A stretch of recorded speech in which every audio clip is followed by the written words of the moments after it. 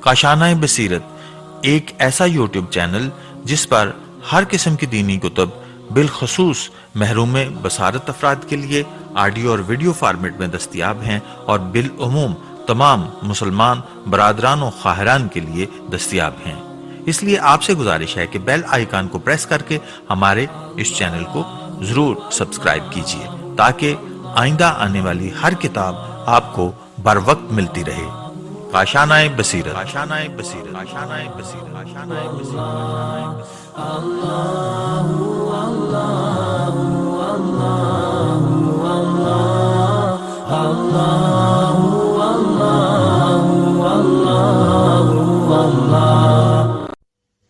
السلام علیکم، یہ کاشانۂ بصیرت کا آڈیو بک سیکشن ہے۔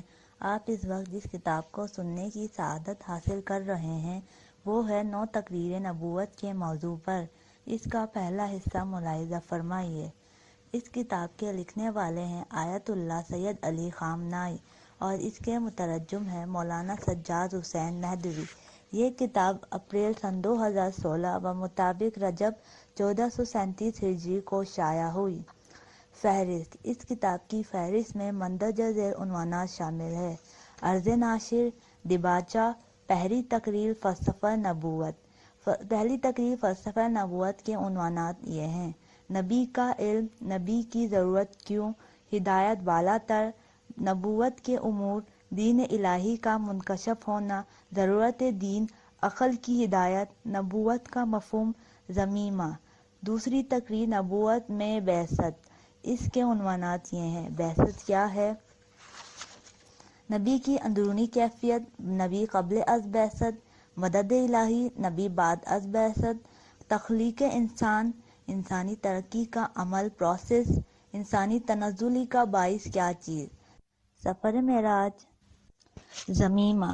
تیسری تقریر نبوت کا پیدا کردہ اجتماعی انقلاب۔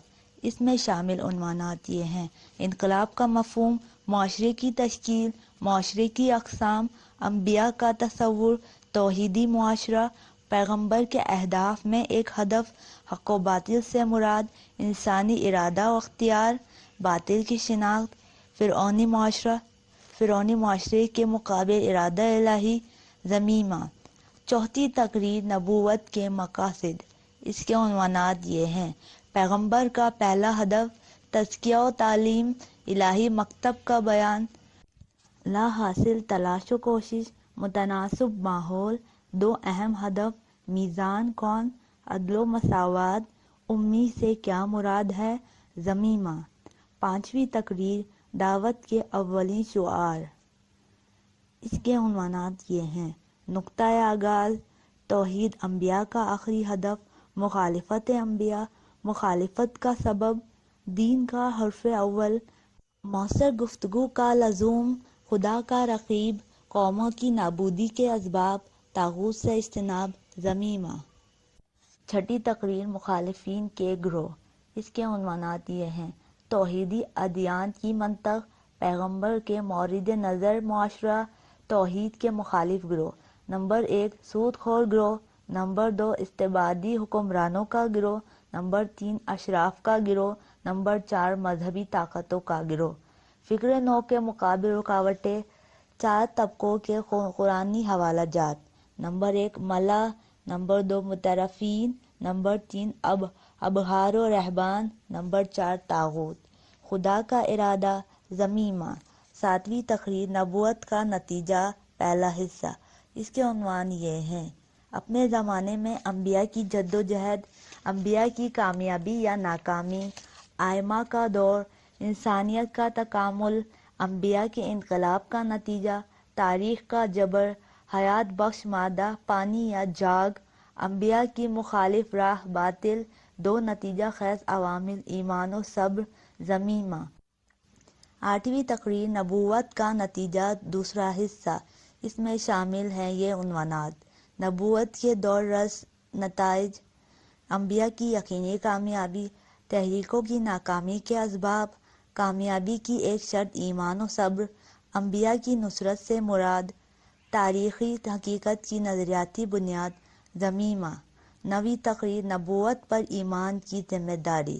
اس کے عنوان یہ ہیں: نبی کے ساتھ عہد و پیمان، نبی کی ذمہ داریوں میں ان کی مدد، صف بندی، علی و معاویہ کے درمیان فرق، نبی کی اطاعت، انبیاء کا باہمی تعاون، ضمیمہ۔ عرض ناشر: خدا نے اپنے دین کے نفاذ کے لیے انبیاء بھیجے۔ دین جو کچھ سکھاتا ہے وہ تزکیہ اور تطہیر ہی ہے، ضمیر و شعور کی تطہیر، عمل اور طرز عمل کی تطہیر، خاندانی زندگی کی تطہیر، اجتماعی زندگی کی تطہیر اور نظریات کی تطہیر کہ تمام شرکیہ عقائد نکال کر صرف ایک عقیدہ توحید رکھا جائے، انسان کو زمینی زندگی اور زمینی تصورات سے بلند کر کے ایک نورانی اور ربانی مقام تک پہنچا دیا جائے۔ انبیاء کے لیے اپنے وقت کے لوگوں کی نفسیاتی تربیت، دینی اور اخلاقی کمزوریاں دور کرنا، دینی اور نفسیاتی تطہیر کوئی آسان کام نہیں تھا۔ جذبات، میلانات، رکاوٹیں، لالچ، دنیاوی مفادات، کلچر کی موروثی عادات، رسم و رواج، دولت سمیٹنے کی عادت اس عظیم مشن اور عظیم بار امانت اٹھانے میں رکاوٹ تھیں۔ ان تمام رکاوٹوں سے نبرد آزما ہونے اور لوگوں کی تربیت کے لیے سخت محنت کرنی پڑی۔ اسی لیے جب لوگ اس دنیا میں دین کی امانت کے حامل بن جائیں تو ان کو چاہیے کہ اس سلسلے میں اپنے فرائض ادا کریں، اگرچہ اس راہ میں ان کی جان بھی چلی جائے۔ یہ فلسفہ جاننے کے لیے آپ زیر نظر کتاب کا مطالعہ کیجیے۔ آیت اللہ سید علی خامنہ کی کتاب 9 تقریر نبوت کے موضوع پر آپ کے ہاتھ میں ہیں۔ یہ تقاریر کا ایک سلسلہ تھا جو رمضان المبارک 1971 میں مسجد امام حسن مجتبیٰ علیہ السلام مشہد میں کی گئی۔ یہ تقاریر طرح کلی اندیشہ اسلامی در قرآن کے نام سے تالیف ہوئی۔ ان تقاریر کو 6 تقریر ولایت کے موضوع پر، 7 تقریر ایمان کے موضوع پر، 6 تقریر توحید کے موضوع پر کے عنوان سے ادارہ پہلے ہی شائع کر چکا ہے۔ یہ کتاب ان تقاریر کا چوتھا اور آخری سلسلہ ہے۔ یہ کتاب دیباچہ اور 9 ابواب پر مشتمل ہے۔ دیباچہ میں ذکر کیا گیا ہے کہ کس طرح یہ تقاریر جمع کی گئیں۔ ہر باب کے بعد ضمیمہ کے نام سے وہ فوٹو کاپی شامل کی گئی ہیں جو اس وقت حاضرین کو درس سے قبل مہیا کی جاتی تھی۔ اس میں اس دن ہونے والے درس کا خلاصہ ہوتا تھا۔ قارئین کی دلچسپی اور آسانی کے لیے کتاب کے ہر باب میں ذیلی سرخیوں، سب ہیڈنگز کا اضافہ کیا گیا ہے، جو اصل میں کتاب میں نہیں ہیں۔ اس کتاب کے ترجمے کے لیے حجت الاسلام سجاد حسین مہدوی صاحب اور دیباچہ اور ضمیمہ کے ترجمے اور نظر ثانی کے سلسلے میں ادارہ خواہر فرا ناز نقوی کا مشکور ہے۔ امید ہے ادارے کی جانب سے شائع ہونے والی دوسری مطبوعات کی طرح یہ کتاب بھی صاحبان علم سے سند قبولیت حاصل کرے گی۔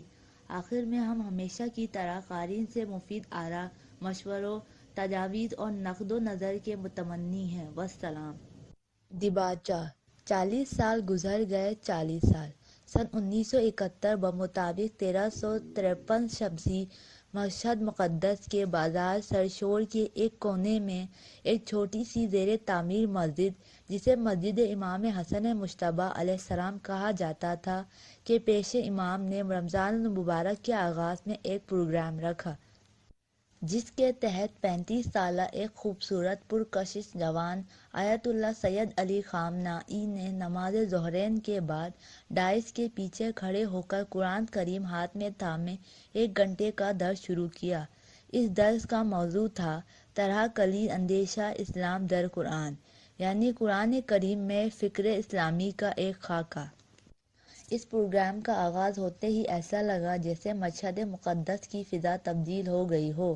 سخت گرمی اور رمضان المبارک کی دوپہر ظہر کے بعد جب لوگ اپنے گھروں میں آرام کیا کرتے تھے اور شہر عموماً خالی ہو جایا کرتا تھا، اس وقت شہر کے جنوبی حصے میں ایک عجیب شور و غل برپا ہے۔ بوڑھے جوان، مرد اور خواتین اس شدید گرمی میں دوپہر کے وقت خشک زبان اور پیاس کی شدت کے باوجود جوق در جوق اس زیر تعمیر چھوٹی سی مسجد امام حسن مجتبیٰ علیہ السلام کی طرف بڑھے چلے جا رہے ہیں، تاکہ اس نوجوان سید کے معنوی، روحانی اور پربرکت دسترخوان سے فیض یاب ہو سکیں اور اس بہترین مہینے میں اپنی علمی پیاس بجھا سکیں۔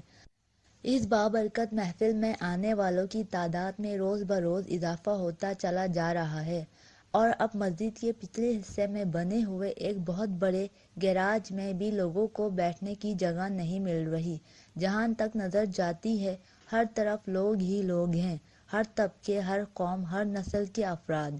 ان میں مدرسے کے طلاب بھی ہیں، یونیورسٹی کے طالب علم بھی، دکاندار بھی، تاجر بھی، مقامی لوگ بھی، لڑکے لڑکیاں، مرد و زن، بوڑھے اور جوان، سب ہی شامل ہیں۔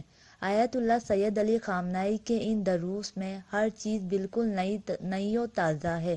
درس شروع ہونے سے قبل ہر شخص کو فوٹو کاپی ہوا ایک کاغذ دیا جاتا ہے جس میں اس دن کے درس کا خلاصہ لکھا ہوتا ہے۔ خطیب معمول کے برعکس ممبر پر تشریف فرما نہیں ہیں بلکہ ڈائس کے پیچھے کھڑے ہیں۔ روزانہ حالت روزہ میں کھڑے ہو کر بلند آواز میں جوش و خروش کے ساتھ درس دیا جا رہا ہے۔ درس کے بعد ایک قاری قرآن ممبر پر بیٹھ کر خوبصورت آواز میں ان آیات کی تلاوت کرتے ہیں جو اس دن کے درس میں بیان ہوئی ہوتی ہیں۔ مسجد میں درس کی یہ محفل 10 سے زیادہ ایک کلاس کا منظر پیش کر رہی ہے۔ یہ وہ زمانہ ہے جب برسا برس سے پہلی حکومت قائم ہے، ڈکٹیٹرشپ کا نظام قائم ہے، گھٹن اور ظلم و جور کا راج ہے، قید و بند اور قتل و غارت کا بازار گرم ہے۔ یہ وہ تاریک ترین زمانہ ہے کہ جب امام خمینی رحمۃ اللہ علیہ کو جلا وطن کر دیا گیا ہے۔ کسی دینی محفل میں بھی اشارے کنایوں میں ایک لفظ بھی طاغوتی حکومت کے خلاف نہیں بولا جا سکتا۔ ساوا کی اقتدار اپنے عروج پر ہیں، ہر جگہ جاسوسوں کی بھرمار ہے، یہاں تک کہ جنگ و جہاد سے مربوط آیات کی تلاوت کرنا بھی جرم ہے۔ اگر کبھی کوئی خطیب اپنے خطاب میں ایسی آیات تلاوت کرے جس میں بنی اسرائیل کا ذکر ہو یا اسرائیل کا لفظ ہی استعمال کرے، اس کا خطاب رکوا دیا جاتا ہے اور اسے پکڑ کر قید میں ڈال دیا جاتا۔ اس بدترین حالات میں یہ سید جوان مسجد امام حسن علیہ السلام میں برسر پیکار ہیں۔ امام رضا علیہ السلام کے مکتب کا یہ شاگرد جانتا ہے کہ خطاب کس طرح کرنا اور دروس کو کس طرح آگے لے کر بڑھنا ہے تاکہ ساوا کی بیڑیوں کا شکار بھی نہ ہو سکے۔ یہ سید اپنی تمام تر سمجھداری اور ہوشیاری کے ساتھ ایک ایسا ماحول بنا لیتے ہیں جس کے ذریعے قرآن کریم سے دور رہ جانے والی امت کو کلام خدا کے نور سے آگاہ کریں۔ آیت اللہ سید علی خامنہئی اپنی علمی گہرائی اور ہوشیاری کے ساتھ اعتقادات اور عقائد اسلامی کو قرآن کریم کی زبان میں اس طرح بیان فرما رہے ہیں کہ عوام مصارف قرآن کی بنیاد پر اپنے اعتقاد کو دوبارہ زندہ کرنے کے ساتھ ساتھ ایک اسلامی معاشرے کی تشکیل کے بارے میں بھی سوچنے لگے ہیں۔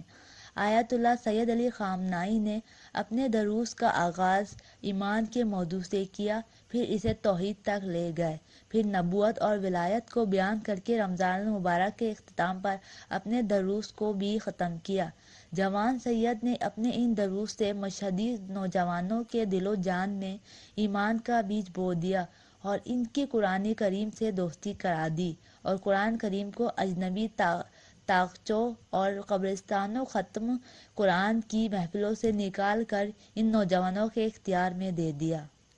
افسوس ہے ان لوگوں پر جو عوام کو قرآن کریم سے دور کرتے ہیں، قرآن سے خوفزدہ کرتے ہیں، مختلف بہانوں سے عوام کو سمجھنے کی نیت سے قرآن کھولنے نہیں دیتے۔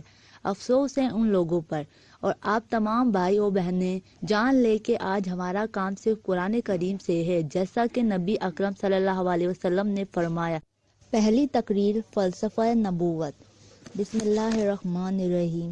هو الذی بعث فی الامیین رسولا منہم یتلو علیہم آیاتہ ویزکیہم ویعلمہم الکتاب والحکمہ وإن كانوا من قبل لفی ضلال مبین وآخرین منہم لما یلحق بہم وہو العزیز الحکیم۔ درج ذیل بحث میں نبوت کے حوالے سے چند ایک موضوعات مورد مد نظر ہیں جنہیں آیات قرآنی کی روشنی میں واضح کیا جائے گا۔ البتہ قارئین جانتے ہیں کہ نبوت تمام ادیان کے اصولوں میں سے ایک اصول ہے جسے اصول دین میں سے ایک اصول کہا جا سکے، بلکہ اس سے بھی بڑھ کر کہنا چاہیے۔ یہ جو کہا گیا کہ اگر اسے اصول دین میں سے ایک اصول کہا جا سکے، اس کا مطلب یہ نہیں کہ اس کے اصول ہونے کا کوئی انکار کرے، نہیں، بلکہ اصول سے بڑھ کر دین نبوت پر اعتقاد کے بغیر مکمل ہی بے معنی ہے۔ دین یعنی وہ پروگرام، وہ مسلک، وہ مکتب، وہ آئین جو خدائے متعال کے کسی پیغام لانے والے کے ذریعے سے آیا ہو۔ بس پیغام لانے والا اور خدا کی طرف سے آنا، یہ دین کے ذاتی عناصر میں سے ہے۔ دین کا دار و مدار ہی اس پر ہے۔ بنابراین نبوت کے حوالے سے مناسب ہے کہ اس پر دین کے ایک اہم اور اصولی مسئلے کی حیثیت سے بحث اور گفتگو کی جائے۔ البتہ نبوت کے حوالے سے بحث و گفتگو کا ایک سلسلہ ہے جو رائج ہے۔ آپ نبوت پر لکھی جانے والی کسی بھی کتاب کو اٹھا کر دیکھ لیں، ان ابحاث کو اس کے اندر پائیں گے، اور کتابوں میں موجود ان ابحاث جو عام طور پر نبوت کے بارے میں کی جاتی ہے، ان میں سے صرف ایک کو، اور اسے بھی ایک خاص مخصوص انداز کے ساتھ اس کتاب میں درج کیا گیا ہے۔ وگرنہ نبوت کے حوالے سے نبوت کے بارے میں جو بقیہ مباحث علم کلام کی کتابوں میں پیش کیے جاتے ہیں، وہ ایسے مسائل ہیں جو اگرچہ اپنی جگہ پر درست بلکہ لازمی ہے، لیکن بات کے درست ہونے کا یہ مطلب نہیں ہے کہ مجبور ہوں کہ اس زمانے میں ان حالات میں ان ضروریات کو دیکھتے ہوئے ان درست باتوں کا یہاں بھی ذکر کیا جائے۔ دنیا کی بہت سی باتیں درست ہیں، اور یہ اس کے بعد کی چند باتیں ایک عمومی تعلیم ہیں۔ ان تمام فکری اور تحقیقی کاموں کے لیے جو ہم کرتے ہیں، اب دیکھنا یہ ہے کہ ان درست باتوں میں سے کون سی بات لازم ہے، ان لازم باتوں میں سے کون سی بات لازم تر ہے، ان زیادہ تر باتوں میں سے کون سی فوری ہے، ان فوری باتوں میں سے کس بات کا تعلق موت و حیات سے ہے۔ پہلے اسی فوری کو لیا جائے گا، اس سے فارغ ہونے کے بعد اگلی بحثوں کو اور اسی ترتیب سے آگے بڑھایا جائے گا، اور آخر کار پہنچ جائیں گے ان بحثوں پر جو اگرچہ درست ہے، لیکن ان کا لازمی ہونا، ان کا ضروری ہونا اس قدر محسوس نہیں ہوتا۔ نبی کا علم۔ نبوت کی بحث میں یہ بات درست ہے کہ نبی علوم الہی یا علوم انسانی میں سے کس قدر علوم کا مالک ہے۔ یہ ایک بحث ہے، یا یہ جاننا کہ ہمارے نبی جو کہ نہ لکھتے تھے نہ پڑھتے تھے، کہ قرآن کہتا ہے وَلَا تُخَطُّهُ بِيَمِينِكَ إِذًا لَارْتَابَ الْمُبْطِلُونَ، سورہ عنکبوت 29 آیت 48۔ ترجمہ: پیغمبر اکرام صلی اللہ علیہ وسلم نہ لکھتے تھے اور نہ پڑھتے تھے۔ آیا یہ جو نہ لکھتے تھے اور نہ پڑھتے تھے یہ اس لیے تھا کہ نہیں کر سکتے تھے، یا دور حاضر کی تعبیر کے مطابق کیا بالکل ہی غیر تعلیم یافتہ تھے، یا نہیں لکھ سکتے تھے لیکن پھر بھی نہیں لکھتے تھے، اور پڑھ سکتے تھے لیکن نہیں پڑھتے تھے؟ یہ بھی ایک بحث تو ہے۔ یا یہ بات کہ پیغمبر اسلام صلی اللہ علیہ وسلم اپنی نبوت اور بعثت سے قبل دنیا کے ادیان و مذاہب میں سے کس دین اور کس مذہب پر عمل کرتے تھے، البتہ یہ بھی ایک بحث ہے، لیکن ہمارے لیے کس قدر ضروری ہے۔ اس سے پہلے والی بحث ہمارے لیے کس قدر ضروری ہے، اور اس سے پہلے والی کس قدر ضروری ہے، ان میں سے کوئی ضروری نہیں ہے۔ البتہ جب انسان نے نبوت اور دین کے بارے میں تمام باتوں کو سمجھ لیا تو کوئی حرج نہیں کہ آخر میں اس بات کو بھی سمجھ لے کہ پیغمبر اکرم صلی اللہ علیہ وسلم بعثت سے پہلے کس دین پر چلتے تھے، لیکن ہم تو ابھی پہلے ہی گلی میں ہیں۔ ہمارا معاشرہ ابھی نبوت کا مفہوم، بعثت کے معنی، بعثت کا ہدف اور اس کے انجام اور نتیجہ بعثت اور راہ بعثت اور شعار نبوت، ان کو ہی نہیں جانتا تب ہی تو ان حالات سے دوچار ہے۔ مسلمانوں کا یہ حال ہے کہ وہ بعثت محمدی صلی اللہ علیہ وسلم کے ہدف کو ہی نہیں جانتے۔ اگر اپنے پیغمبر صلی اللہ علیہ وسلم کی بعثت کے ہدف سے واقف ہوتے تو اس ہدف کے پیچھے چلتے۔ ہم تو ابھی نبوت کے بالکل ابتدائی مسائل، مقدماتی مسائل، اصولی مسائل میں الجھے ہوئے ہیں، تو پھر ہم کیسے فرعی اور چوتھے اور پانچویں درجے کے مسائل میں داخل ہو سکتے ہیں؟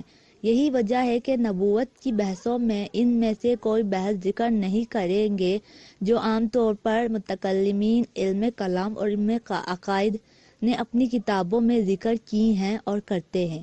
متکلمین کی لکھی ہوئی کتابیں موجود ہیں، ان سے استفادہ کیا جا سکتا ہے۔ ان بحثوں کی ضرورت اور خوبی کے بارے میں بھی کوئی شک و تردید نہیں ہے، لیکن اس میں بھی شک و تردید نہیں ہے کہ ان کی ضرورت بہت حد تک کم ہے۔ ان بہت سی بحثوں کی ضرورت سے جنہیں آج سامنے لانا چاہیے، لہٰذا ان کا ذکر نہیں کیا جائے گا۔ سب سے پہلی بات جس کا نبوت کی بحث میں ذکر کیا جائے گا وہ فلسفہ نبوت ہے۔ نبوت کیوں ضروری ہے؟ پروردگار عالم کی جانب سے کوئی شخص انسان کی ہدایت کے لیے کمر ہمت کیوں باندھے؟ کیا انسان خود یہ کام نہیں کر سکتا؟ کیا انسانی علم اور انسانی فکر کافی نہیں ہے؟ پیغمبر کی کیا ضرورت ہے؟ غیب و شہود کے درمیان کسی پیغام لانے والے کی کیا ضرورت ہے؟ یہ ایک ایسی بات ہے جسے جاننا چاہیے۔ اگر فلسفہ نبوت کا علم نہ ہو تو نبوت کے بارے میں جو دوسری بحثیں ہیں تقریباً وہ سب بے بنیاد بحثوں کا ایک سلسلہ ہوگا۔ تو پہلے جاننا ہوگا کہ نبوت کس لیے ہے۔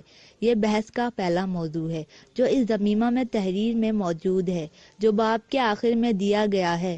اس مسئلے کو مختصر طور پر چند جملوں میں بہت اختصار کے ساتھ تحریر کیا گیا ہے اور جن آیات سے استفادہ کیا جائے گا وہ اس میں شامل ہے۔ نبی کی ضرورت کیوں؟ فلسفہ نبوت کے بارے میں بہت زیادہ گفتگو نہیں کریں گے۔ ایک جملہ، اور وہ جملہ یہ ہے کہ انسان کے حواس، انسان کے غرائز اور انسان کی عقل انسان کی رہنمائی اور اس کی دستگیری کے لیے کم ہے۔ یہی ایک جملہ۔ کچھ موجودات ممکن ہے ایسے ہوں جو اپنے حواس کے ذریعے سے زندگی گزار سکیں۔ بعض جانور شاید ایسے مل جائیں جو صرف اپنے حواس سے کام لیتے ہیں۔ ظاہری حواس عام طور پر اور زیادہ تر حیوانات اپنی ہدایت کے لیے اپنے جبلت انسٹنکٹ سے کام لیتے ہیں۔ یعنی شہد کی مکھی کا غریزہ اس سے کہتا ہے جاؤ پھول پر بیٹھو، خوشبودار پھول پر، اور اس کی مہک اور اس کا جوہر چوسو، اس کے بعد گھر اور چھتے میں چلی جاؤ، گھر کو 6 کونوں والا اور مسدس کی شکل میں بناؤ اور وہاں پر ایک خاص ترتیب کے ساتھ داخل اور خارج ہو، اور ملکہ، مزدور، سپاہی، اور خلاصہ یہ کہ شہد کی مکھی کا ایک خاص تمدن جاری رکھو۔ اگر آپ یہ سمجھتے ہیں کہ کبھی شہد کی مکھیاں آپس میں جمع ہوئی ہوں گی، چھتوں کی یا علاقوں کی مکھیوں کی سرداروں کی بڑی کانفرنس ہوئی ہوگی اور اس میں کہا گیا ہوگا کہ کس قسم کا گھر بنائے تو بہتر ہوگا، ایک نے کہا 8 کونوں والا، کسی نے 4 کونوں والا، کسی نے کہا 6 کونوں والا، پھر مطالعہ کیا، سوچا سمجھا کہ نہیں، 6 کونوں والا زیادہ مناسب ہے۔ اگر آپ سمجھتے ہیں کہ ایسا ہوا ہوگا تو عرض ہے کہ آپ غلطی کر رہے ہیں، ایسا کچھ نہیں ہوا۔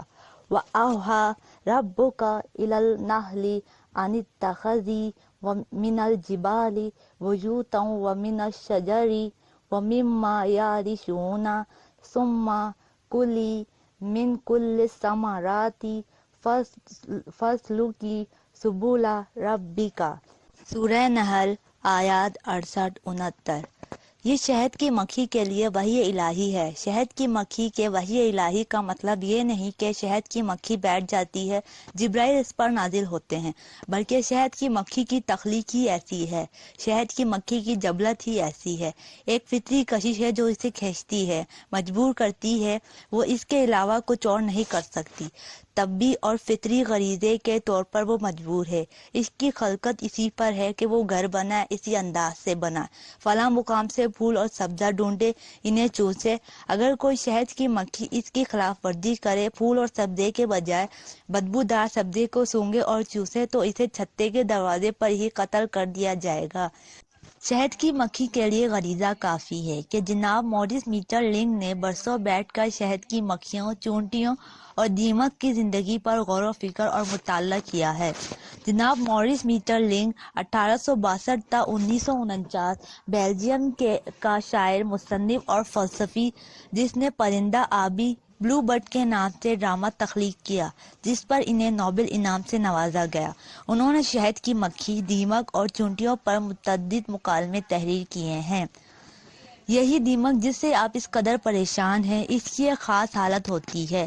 آپ کی چھتوں کے اندر، غصبی گھر کے اندر اس نے ایک ایسا سسٹم بنایا ہوا ہے، کیونکہ آپ تو راضی نہیں ہیں کہ وہ آپ کے گھر کی چھت کے شہتیر کے اندر گھر بنائے. غصبی ہے، لیکن اسی غصبی گھر کے اندر وہ عجیب و غریب کام کرتی ہے، گھر بناتی ہے ایک خاص شکل میں، ایک خاص ترتیب کے ساتھ.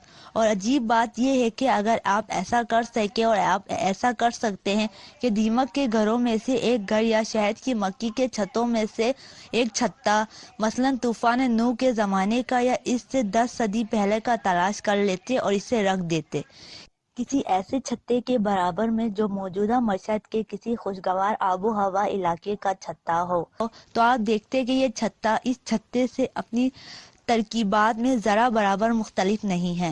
شہد کی مکھی اور کسی بھی جانور کے اندر تکامل، ترقی اور پیش رفت موجود نہیں ہے. جو کچھ ہے وہ فطرت کی وحی، غرائز کی وحی اور اس کی تخلیق کی کیفیت کی رہنمائی ہے، جو اسے کھینچتی ہے، چلاتی ہے، راستہ دکھاتی ہے، رکاوٹوں کی نشاندہی کرتی ہے تاکہ یہ اپنے کام خود ہی انجام دے سکے. غریزے کے سوا اور کچھ نہیں ہے. انسان بھی غریزے سے استفادہ کرتا ہے، لیکن کم. جب پہلی بار آپ دنیا میں آئے تھے تو بغیر نسبت کے آپ کا حکم وہی تھا جو کسی جانور کا ہوتا ہے. غریزے سے، فطرت اور طبیعت کی کشش سے آپ اپنی ماؤں کے سینوں میں اپنی خوراک کا مخزن ڈھونڈ پائے تھے، اور جب وہ آپ کے منہ میں دیا تو اسے چوس پائے تھے. کسی نے آپ کو چوسنا سکھایا نہیں تھا، کسی جگہ پر اس کا عملی، سمعی و بصری طریقہ سیکھا نہیں تھا. یہ آپ کا غریزہ تھا. جس قدر آپ بچپن کے مرحلے سے نکلتے رہے، بتدریج یہ آلہ، یہ اینک، یہ ہتھیار جس کا نام غریزہ ہے، کمزور ہوتا گیا، بے اثر ہوتا گیا، فائدہ کم ہوتا گیا. ایک زیادہ پر اثر، زیادہ طاقتور، زیادہ مضبوط چیز جس کا نام عقل و خرد ہے، اس نے اس کی جگہ لے لی اور آپ ہو گئے صاحب عقل. اب آپ غریزے سے کام نہیں کرتے. یہ غریزہ نہیں ہے جو آپ سے کہتا ہے کہ جناب جائیے دکان کھولیے، یا فلاں وقت پر بند کر دیجیے، یا خریدار کو اس طرح سے جواب دیجیے، یا اس طرح سے سبق پڑھیے، یا اس طرح سے پڑھائیے. یہ غریزہ نہیں ہے. یہ وہ تعلیمات ہیں جو آپ نے علم و فکر سے استفادہ کر کے حاصل کی ہیں اور سیکھی ہیں اور اپنی زندگی کا راستہ تلاش کیا ہے. ہدایت بالاتر. اب آیا یہ عقل، یہ انسانی فکر آپ کی ہدایت اور آپ کو منزل تک پہنچانے کے لیے کافی ہے. انسانی عقل اس کی ہدایت کے لیے کفایت کرتی ہے. عقل خود اگر کھلی ہوئی ہو، اگر سوچے، اگر تعصب کا شکار نہ ہو، اگر کسی خاص غرض کو مد نظر رکھے بغیر فیصلہ دے، تو یہی کہے گی کہ نہیں. ایسی عدالت کی طرح جو خود اپنے بارے میں عدم صلاحیت کا فیصلہ دیتی ہے، ایسی عدالت جو خود اپنے بارے میں رائے دیتی ہے کہ میں اس بارے میں فیصلہ دینے کی صلاحیت نہیں رکھتی. انسان کی صحیح و سالم اور بے غرض عقل فیصلہ دیتی ہے کہ میں جداگانہ طور پر انسانیت کو ہدایت دینے کی صلاحیت نہیں رکھتی. دلیل چاہیے. ہمارے پاس دو قسم کی دلیلیں ہیں. ایک دلیل یہ کہ انسانی عقل محدود ہے، لامتناہی نہیں ہے، جبکہ انسان کی ضروریات لامتناہی ہیں. کس طرح سے ایک عقل تمام ضروریات کو سمجھ سکتی ہے تاکہ ان ضروریات کے مقابلے میں جو چیز ان ضروریات کو پورا کرتی ہو اس کو فراہم کرے یا قانون بنائے. عقل انسانی یہ کام نہیں کر سکتی. وہ کمزور ہے، ناتواں ہے، تمام دردوں کو پہچاننے کے اور ان کا علاج فراہم کرنے کے قابل نہیں ہے. دوسری دلیل یہ ہے کہ تاریخ و علمی حقائق پر نظر ڈالیے، دیکھیے کہ آیا عقلوں سے یہ کام ہو پایا ہے. آیا ارسطو، افلاطون اور سقراط کی عقلیں جیسی عقلیں انسان کے معاملات کو حل کر سکی ہیں. افلاطون جیسا مفکر جب بیٹھتا ہے، سوچتا ہے، مشورہ کرتا ہے، مطالعہ کرتا ہے، تحقیق کرتا ہے، ایک ایسا مدینہ فاضلہ ماڈل سوسائٹی تشکیل دیتا ہے جو صرف ذہنوں کے اندر اور جناب افلاطون کے اپنے گھر کے صندوق ہی کے اندر رکھے جانے کے قابل ہے، کیونکہ دنیا میں ایک لمحے کے لیے یہ مدینہ فاضلہ ماڈل سوسائٹی عمل پذیر نہیں ہوا. اور آج اگر آپ افلاطون کے مدینہ فاضلہ کو دیکھیں تو آج کی دنیا کی ترتیب کے مطابق آپ کو ایک ناقابل قبول اور مضحکہ خیز چیز معلوم ہوگی. ارسطو، جس کا لقب معلم اول ہے، وہ قدیم یونان کا ایک بڑا فلسفی ہے. اسے علم منطق کا بانی کہا جاتا ہے. افلاطون یونان کا بڑا فلسفی اور سقراط کا شاگرد تھا۔ اس نے جمہور نامی کتاب میں ایک آئیڈیل معاشرے کی خصوصیات بیان کی ہیں۔ سقراط یونان کے بڑے فلسفیوں میں سے ایک تھا جسے آٹن کی عدالت نے معبد کے خداؤں پر اعتقاد نہ رکھنے اور اپنے نظریات کی ترویج کے جرم میں موت کی سزا سنائی تھی۔ اب عقلی اور فلسفی مکاتب کو دیکھیے کہ وہ کس طرح ایک دوسرے کے مقابل میں صف آرا ہو جاتے ہیں۔ دیکھیے کہ جب تک انسانیت کسی نقطۂ آغاز سے عقل انسانی سے ماوراء اس سے زیادہ بلند اور اس سے زیادہ گہرائی میں کسی نقطے سے متصل نہیں ہوگی، ہدایت و سعادت کی راہ تک نہیں پہنچ سکتی۔ نبوت کے معنی یہ ہیں: انسان کو حس کی ہدایت سے، غریزے کی ہدایت سے، عقل کی ہدایت سے زیادہ مضبوط اور زیادہ گہری ہدایت کی ضرورت ہے۔ یہ ہدایت آ کر کیا کام کرتی ہے؟ کیا یہ آ کر آپ کی حس سے رقابت کرتی ہے؟ کیا آپ کے غریزے کی مخالفت کرنے آتی ہے؟ کیا عقل کے سر پر پتھر مارنے آتی ہے؟ ہرگز نہیں۔ وہ عقل کی رہنمائی کرنے آتی ہے تاکہ عقل کی پرورش کرے، تاکہ منو مٹی تلے دبی ہوئی عقل کو ملبے سے نکالے۔ نبوت کے امور: اگر بولنے میں اس طرح کہا جائے کہ ہمارے امیر المومنین صلوات اللہ علیہ وسلم، تو یہ اشتباہ ہے، کیونکہ امیر المومنین علیہ السلام صرف ہمارے نہیں بلکہ بشریت کے امیر المومنین ہیں۔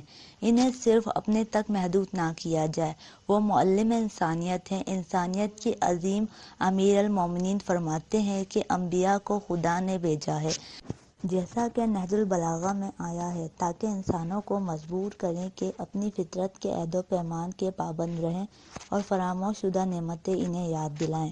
پھر یسروا لہم دفائن العقول، ترجمہ: تاکہ وہ عقل و خرد کے خزانے کو باہر نکالیں۔ نہج البلاغہ خطبہ اول۔ انسانی معاشرے کی عقل و خرد اور درک و شعور جو فرعونوں، نمرودوں، سرداروں اور مقتدر طاقتوں کے ہاتھوں دفن ہو گئی تھی، انبیاء آئے تاکہ ان مدفون خزانوں کو باہر نکالیں، ان دفن شدہ عقلوں کو متحرک کر دیں۔ فرعون کو پسند نہیں کہ لوگ صاحب عقل ہو جائیں۔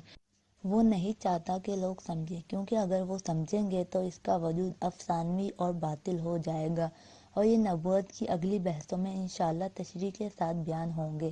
فرعون پسند نہیں کرتا کہ لوگ عقل کی طاقت کو استعمال کریں، چونکہ ایسا ہے اس لیے عقل کی طاقت کو دفن کر دیتے ہیں۔ کس طرح دفن کرتے ہیں، یہ اگلی بحث میں ہے انشاءاللہ۔ انبیاء آئے تاکہ ان دفینوں کو، ان خزانوں کو، ان پوشیدہ و مخفی مخزنوں کو باہر نکالیں، صاف کریں اور لوگوں کے ہاتھوں میں دے دیں۔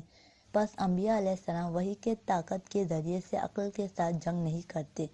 جو شخص یہ سمجھتا ہے کہ دین عقل سے تضاد رکھتا ہے، وہ یا تو دین کو نہیں پہچانتا یا وہ بے عقل ہے، وگرنہ جس کے پاس عقل ہے، جس نے عقل کو تجربے سے پرکھا ہے اور دین کو بھی پہچانتا ہے، وہ اچھی طرح جانتا ہے کہ انسانی علم اور انسانی عقل کے ساتھ دین کوئی تضاد رکھ ہی نہیں سکتا اور نہ ہے۔ جو بات دین کہتا ہے، عقل صحیح اسے سمجھتی ہے اور اسے پسند کرتی ہے۔